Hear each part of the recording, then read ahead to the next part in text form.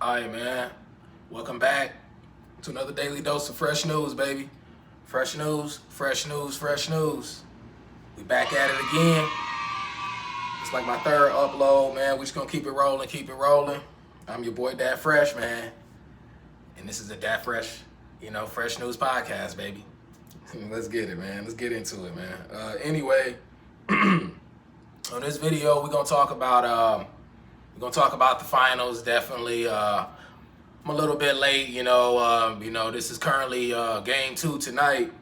We got game 2, Friday night game. You already know what's going down. Against the Knicks and the Spurs, baby. So what I want to get into today, we're gonna get into a couple topics. We're gonna get into back when the Spurs and the Knicks played back in '99. We had Rick Brunson and Patrick Ewing, Latrell Sprewell.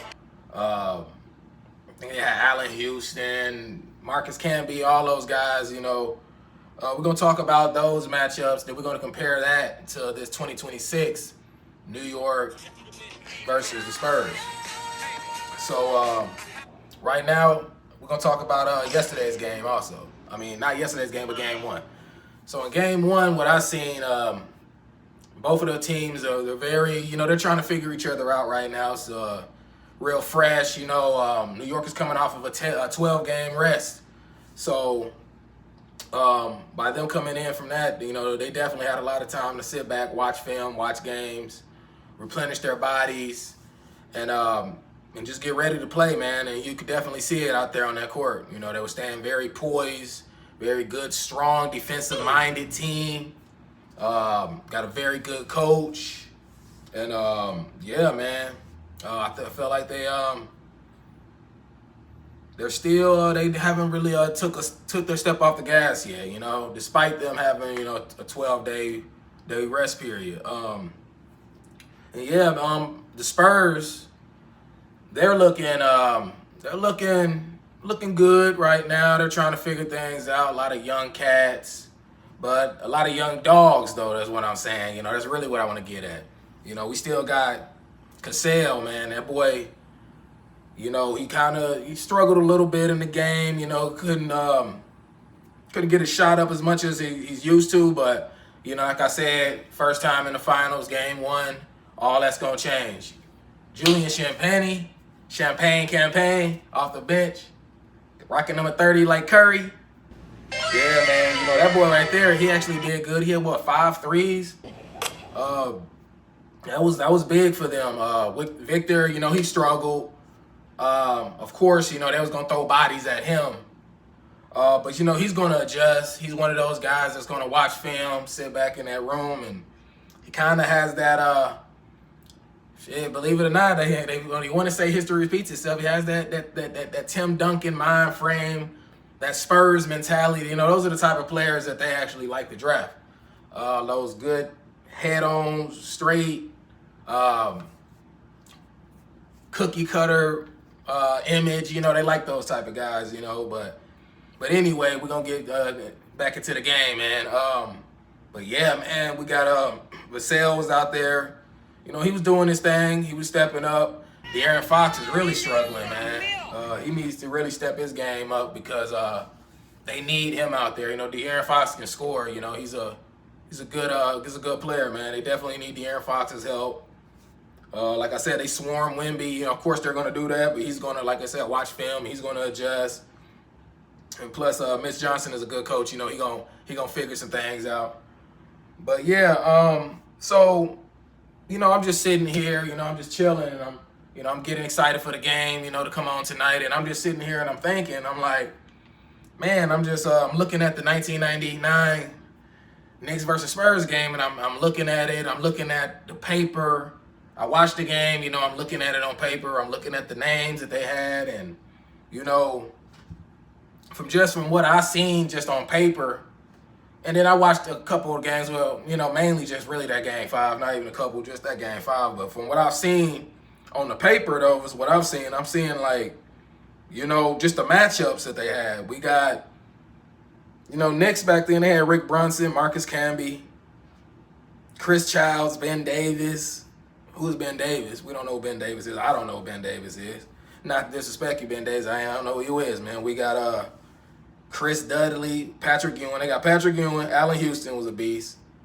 They probably had an old Larry Johnson, Dennis Scott.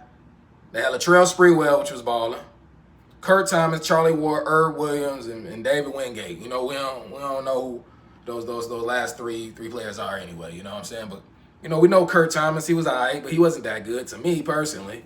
Marcus Camby, man, was better when he played for Denver with Melo and them. You know, Rick Brunson, shit. I don't know nothing about Rick. But when we go to the Spurs, you know, I go to the Spurs, you know, depth chart, and I'm going to see, you know, their players. They got David Robinson, the Admiral, at center. Timothy Duncan, Sean Elliott, Avery Johnson. I don't know who Mario Eli is. I don't know who Jerome Kersey was. They had Robert Ory. What is that? 4 players that I just named right there. Stephen Kerr. We all know who Steve Kerr is. Derek Anderson, Malik Rose, Kevin Willis, and they had Terry Porter at point guard. So when I'm sitting there and I'm looking at the depth chart, I'm watching the game, I'm like, I don't think that, you know, I really don't think that New York would have won back then anyway, you know, because I was having a conversation with somebody the other day, and we were discussing, we were talking about Jalen Brunson, and if Jalen Brunson wins a ring for the Knicks, would he be considered like an all-time Knick? And the other person was saying, he was comparing him to Patrick Ewing. And I'm like, well, yes, if he wins, obviously we got to put him at that pedestal. Patrick never won. You know, he never won in New York. I don't think he had a ring. I think he retired with 0 rings. I might be wrong, but I think he retired with 0 rings. But yeah, man, just from that alone, it's like, of course, we got to put him up there, even over Carmelo Anthony. I like Carmelo Anthony, man. But when he played for the Knicks, he was all scoring, wasn't passive. He was like Kobe, another version of Kobe when he played for the Knicks. So we can't really, you know, compare that really. That was kind of a bad comparison. I don't know why he said Patrick Ewing and Jalen Brunson in the same breath right now, just from what's going on now. I don't know why. I'd rather you say Melo or shit, hell, even J.R. Smith. I don't know, but no, man, not Patrick Ewing over Big Body Brunson, man. But yeah, man, from what I just seen from that on that depth chart, I couldn't even see them winning back then, man. I said I believe I say Spurs in 7, and the reason why I say Spurs in 7, and like I said, we can always clip this, bring this back, bring it back up. So, you know what I'm saying? I think both of these teams, just like the Spurs and OKC when they played, I think both of those teams are going to figure each other out. It's going to be a back and forth game. This is a definite win game for Spurs tonight in Game 2. They're at home. They need to win Game 2. They cannot go to Madison Square Garden down 0-2, man. They cannot afford that because, like Stephen A. Smith said,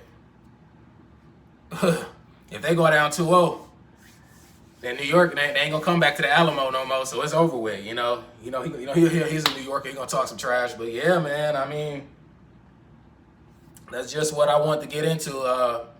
This is, and I'm gonna watch the game later. I'm gonna do another backup video to this. But this is just, man, something that I was thinking about, man. You know, they say history repeats itself, and I think history is gonna repeat itself, and I think the Spurs are gonna put BTA. You know, but yeah, man. This is the Fresh News Podcast, baby. I'm out. See y'all later.